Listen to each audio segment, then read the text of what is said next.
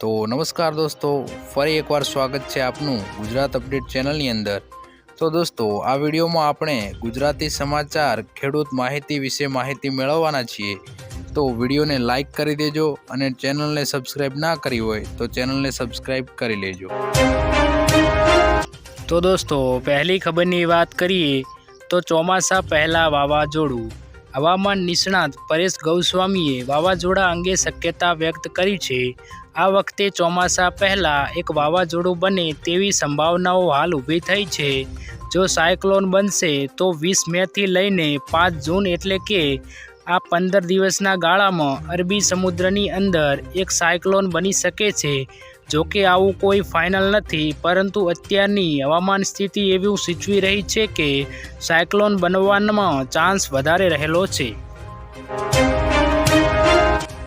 તો દોસ્તો, આપણે વાવાઝોડાની વાત કરી, પણ હવે ચોમાસું કેવું રહેશે એના વિશે વાત કરીએ તો ચોમાસાને લઈને ખેડૂતો માટે રાહતના સમાચાર સામે આવ્યા છે। દેશમાં આ વખતે ચોમાસું સામાન્ય રહેવાનો અંદાજ છે। હવામાનની આગાહી કરતી ખાનગી એજન્સી સ્કાયમેટે જૂનથી લઈને સપ્ટેમ્બરમાં સરેરાશ 34 ઇંચ વરસાદ વરસે તેવી શક્યતા દર્શાવી છે। ચોમાસા દરમિયાન વરસાદની શક્યતા 90થી 104% રહેવાનો અંદાજ છે। વરસાદની શરૂઆત થોડી મોડી થવાની સંભાવના પણ આગાહીમાં કરાઈ છે।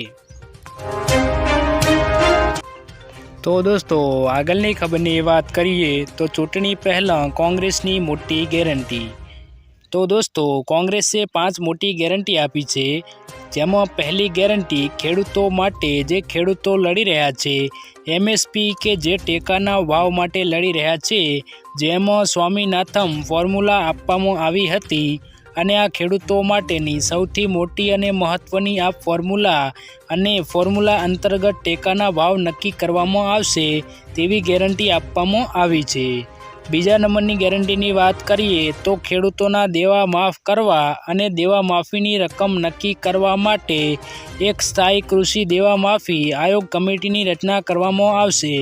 એટલે કે ખેડૂતોનું કેટલું દેવું માફ કરવું અને કઈ રીતના માફ કરવું, ક્યારે અને કેટલી વાર માફ કરવું એ માટેની એક ખાસ કમિટી બનાવવામાં આવશે।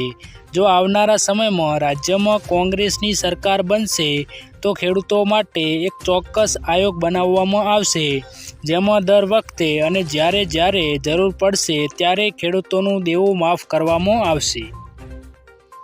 તો દોસ્તો, કોંગ્રેસની ત્રીજી ગેરંટીની વાત કરીએ તો પાક વીમા યોજનામાં પરિવર્તન કરીને પાકના નુકસાનનું જે નુકસાન થાય છે તે નુકસાન થવા બદલ 30 દિવસની અંદર તમારા બેંક ખાતામાં પૈસા આવે તેવી ગેરંટી આપવામાં આવી છે। જ્યારે મિત્રો અત્યારની સરકાર સર્વે કરવામાં ટાઈમ લગાડી દે છે અને તેમ છતાં સાચો સર્વે કરવામાં આવતો નથી, ત્યારે કોંગ્રેસ પાર્ટી દ્વારા જાહેરાત કરવામાં આવી છે કે ખેડૂતના પાકને નુકસાન થવા બદલ 30 દિવસની અંદર પાકને થયેલા નુકસાનના પૈસા ખેડૂતના બેંક ખાતામાં આપવામાં આવશે તેવી કોંગ્રેસ પાર્ટી દ્વારા ખેડૂતોને મોટી ગેરંટી આપવામાં આવી છે। તો દોસ્તો, કોંગ્રેસની ચોથી ગેરંટીની વાત કરીએ તો ખેડૂતોના હિતને આગળ રાખીને એક નવી આયાત નિર્યાત નીતિ બનાવવાની ગેરંટી આપવામાં આવી છે। અને કોંગ્રેસની પાંચમી ગેરંટીની વાત કરીએ તો ખેડૂતો માટે જે સામગ્રીઓમાં જીએસટી લગાડવામાં આવે છે આ તમામ સામગ્રી પરથી જીએસટી નાબૂદ કરી દેવામાં આવશે। જેમાં ટ્રેક્ટર કે પાવર ટીલર હશે તેના પર તમામ જીએસટી હટાવી દેવામાં આવશે। તો રાજ્યમાં લોકસભાની ચૂંટણી પહેલાં આ 5 મોટી ગેરંટી કોંગ્રેસ દ્વારા ખેડૂતોને આપવામાં આવી છે। તો દોસ્તો, આગળની ખબરની વાત કરીએ તો 2017મો હપ્તો જમા। લાભાર્થી ખેડૂતો પ્રધાનમંત્રી કિસાન સન્માન નિધિ યોજનાના 17મા હપ્તાની રાહ જોઈ રહ્યા છે। પીએમ કિસાન યોજનાનો 17મો હપ્તો મેના છેલ્લા સપ્તાહમાં રિલીઝ થઈ શકે છે। જો કે સરકાર દ્વારા હજુ કોઈ તારીખ નક્કી કરવામાં આવી નથી। સામાન્ય રીતે એપ્રિલથી જુલાઈ વચ્ચે પીએમ કિસાનનો હપ્તો જમા થતો હોય છે।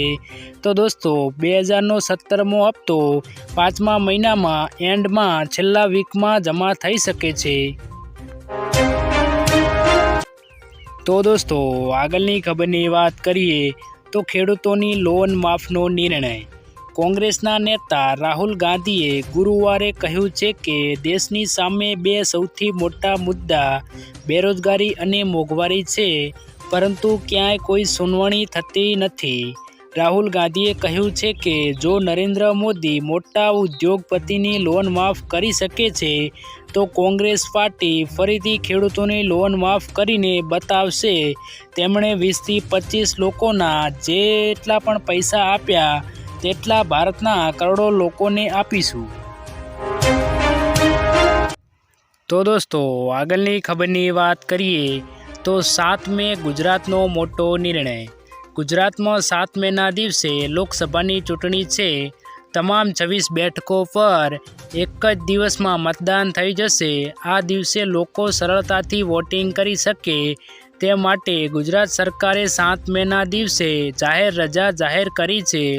સામાન્ય વહીવટ વિભાગ દ્વારા બહાર પાડવામાં આવેલા જાહેરનામામાં એવું જણાવ્યું છે કે ઔદ્યોગિક એકમ અથવા મત વિસ્તારની બહાર સ્થિત કંપનીમાં કામ કરતા લોકો માટે 7 મેના રોજ પેઇડ હોલિડે મેળવવા માટે હકદાર રહેશે. તો દોસ્તો આગળની ખબરની વાત કરીએ તો રેશન કાર્ડની નવી સિસ્ટમ. 1 માર્ચ 2024થી આખા દેશમાં રાશન વહેંચવાની વ્યવસ્થામાં ફેરફાર થવા જઈ રહ્યો છે. 1 માર્ચ 2024 બાદ રાશન કાર્ડ ધારકો માટે વિતરણમાં ગડબડી સહિત અન્ય પ્રકારની પરેશાનીઓમાંથી હવે હંમેશા માટે છુટકારો મળી જશે. ગામડામાં બેઠેલા ગ્રાહકો અને દુકાનદારો પર જિલ્લા મુખ્યાલયમાં બેઠેલા અધિકારીઓની નજર રહેશે. આખા દેશમાં પોસ્ટ મશીન લગાડવામાં આવી રહ્યા છે. તો દોસ્તો આગળની ખબરની વાત કરીએ તો પાક ધિરાણ લોન થશે માફ. ગુજરાતના દરેક ખેડૂતો માટે પાક ધિરાણ લોનને લઈને મોટા અને મહત્ત્વના સમાચાર સામે આવ્યા છે.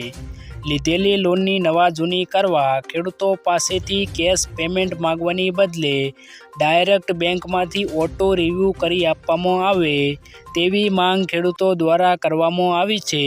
ખેડૂતો બેંકના લોનના પૈસા ભરવા માટે બહારથી વ્યાજવા પૈસા લાવીને વ્યાજના પૈસા ભરે છે, જેથી ખેડૂતોને ઓટો રિન્યૂ સુવિધા આપીને ખેડૂતોને થોડી રાહત આપવામાં આવે તેવું ખેડૂતોની માંગ થઈ રહી છે. તો દોસ્તો આગળની ખબરની વાત કરીએ તો PM કિસાન હપ્તો કોને નહીં મળે. કિસાન યોજનામાં અરજી નામંજૂર થવાનું પહેલું કારણ એ હોઈ શકે કે તમારી બેંકની વિગતો ખોટી છે. એકવાર ચેક કરીને બેંક ખાતું સાચું છે કે નહીં તે સાબિત કરી લેજો. તમે કિસાન યોજનાની શરતો હેઠળ પાત્ર નથી તો પણ તમને હપ્તો નહીં મળે. એટલે કે તમે ITR ભરો છો અથવા તો તમારી પાસે કોઈ જમીન નથી, આધાર કાર્ડ બેંક ખાતા સાથે લિંક ના હોય તો પણ તમને PM કિસાનનો હપ્તો નહીં મળે. જો અરજદારની ઉંમર 18 વર્ષથી ઓછી હોય તો પણ તમને 2000નો PM કિસાનનો હપ્તો નહીં મળે. PM કિસાન KYC નથી તો પણ તમને હપ્તો નહીં મળે. તો દોસ્તો આગળની ખબરની વાત કરીએ તો મહિલાઓને 37,500ની સહાય. તમામ ઘરમાં અથવા તો કોઈ સગા સંબંધીના ઘરમાં જો કોઈ બાળકનો જન્મ થવાનો હોય તો તેમને મળશે ₹37,500ની સહાય. શ્રમયોગી પ્રસૂતિ સહાય યોજના અંતર્ગત બાળકને જન્મ આપતી સમયે મહિલાઓને મળે છે 37,500ની સહાય. આ યોજનાનો લાભ લેવા માટે તમારે એક ઓનલાઈન ફોર્મ ભરી સબમિટ કરવાનું રહે છે, જેના માટે મમતા કાર્ડ, ડૉક્ટરનું પ્રમાણપત્ર, રાશન કાર્ડ, પાસબુક, મહિલાનું આધાર કાર્ડ તેમજ સોગંદનામું આ તમામ ડોક્યુમેન્ટની જરૂર પડે છે. તો દોસ્તો આગળની ખબરની વાત કરીએ તો મકાન બનાવવા મળશે સહાય. પ્રધાનમંત્રી આવાસ યોજના 2015માં ભારતના વડાપ્રધાન નરેન્દ્ર મોદી દ્વારા શરૂ કરવામાં આવી હતી. આ યોજના હેઠળ એવા લોકોને લાભ આપવામાં આવે છે કે જેમની પાસે રહેવા માટે પોતાનું કાયમી ઘર નથી અથવા તો ગરીબી રેખા નીચે રહે છે. સરકાર આવા તમામ લોકોને મકાન બનાવવા માટે 1,20,000 રૂપિયાની સહાય આપે છે. જ્યારે આ સહાય યોજનાનો લાભ લેવા માટે તમે ભારતના નાગરિક હોવા જોઈએ, તમારા ઘરમાં કોઈ સરકારી નોકરી ન કરતો હોવો જોઈએ અને તમારી ઉંમર 18 વર્ષની હોવી જોઈએ. તો દોસ્તો, આગળની ખબરની વાત કરીએ તો આધાર કાર્ડમાં ફ્રીમાં થશે સુધારો. આધાર કાર્ડની વિગતો મફતમાં અપડેટ કરવાની છેલ્લી તારીખ ફરી એકવાર લંબાવવામાં આવી છે. આધારમાં દસ્તાવેજો અપડેટ કરાવવાની છેલ્લી તારીખ અગાઉ 14 માર્ચ 2024 હતી, જેને યુઆઈડી દ્વારા 3 મહિના વધારીને 14 જૂન 2024 સુધી કરવામાં આવી છે. આ માટે સરકાર દ્વારા માય આધાર એપ્લિકેશન લોન્ચ કરવામાં આવી છે, જેથી જે મિત્રો આધાર કાર્ડમાં ઉંમર, સરનામું, જન્મ તારીખ, લિંગ, મોબાઈલ નંબર અને ઈમેલ જેવી માહિતી મફતમાં અપડેટ કરાવવા માંગતા હોય તો 14 જૂન 2024 પહેલાં આ કાર્ય કરી શકે છે. તો દોસ્તો, આગળની ખબરની વાત કરીએ તો આજના સૌથી મોટા ખેડૂત સમાચાર. રાજકોટ માર્કેટ યાર્ડમાં આજે સૌથી વધારે બટાકાને પાકની આવક થઈ હતી. આજે રાજકોટ માર્કેટ યાર્ડમાં 3800 ક્વિન્ટલ આવક થઈ હતી. ખેડૂતોને 350 થી 611 રૂપિયા મળ્યા હતા. યાર્ડમાં બટાકાની આવક વધારે થતાં યાર્ડ બટાકાથી ભરાયેલું હતું. રાજકોટ માર્કેટ યાર્ડમાં લીંબુના ભાવ ખેડૂતોને સારા મળતાં ખેડૂતોમાં ખુશી જોવા મળી હતી, કારણ કે ખેડૂતોને 1 મણ લીંબુના 2200 થી 2800 રૂપિયા મળ્યા હતા. યાર્ડમાં આજે લીંબુની 263 ક્વિન્ટલ આવક થઈ હતી. તો આગળના ખેડૂત સમાચારની વાત કરીએ તો આજે ઘઉંની મોટા પ્રમાણમાં આવક થઈ છે. યાર્ડમાં ઘઉંની 7000 ક્વિન્ટલ આવક થઈ છે. યાર્ડમાં ટુકડા ઘઉંની 5800 ક્વિન્ટલ આવક થઈ હતી, જ્યારે લોકવન ઘઉંની 1200 ક્વિન્ટલ આવક થઈ હતી.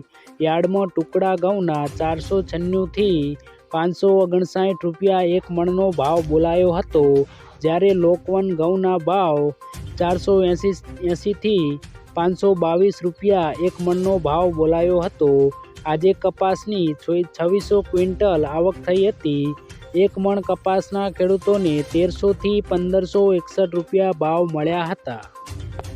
તો આગળના ખેડૂત સમાચારની વાત કરીએ તો રાજકોટ માર્કેટ યાર્ડમાં આજે કપાસ, મગફળી અને બટાકા સહિતના પાકની મબલક આવક થઈ હતી.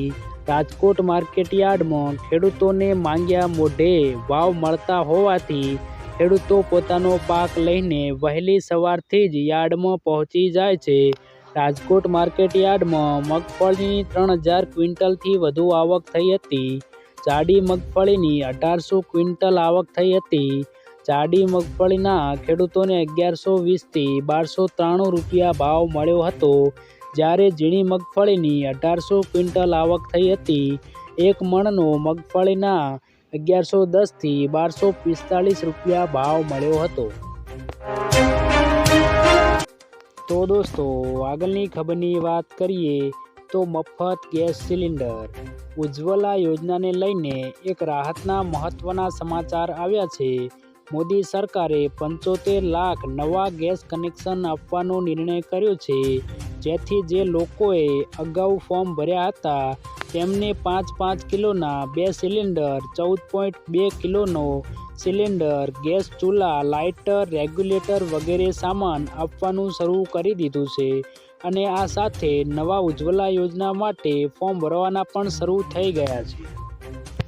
તો દોસ્તો, આજના વિડીયોમાં આટલું જ. જો વિડીયો પસંદ આવ્યો હોય તો વિડીયોને લાઈક કરજો અને આવા ને આવા ખેડૂત સમાચાર માટે આપણી આ ચેનલ ગુજરાત અપડેટ ચેનલને સબસ્ક્રાઈબ જરૂરથી કરી લેજો.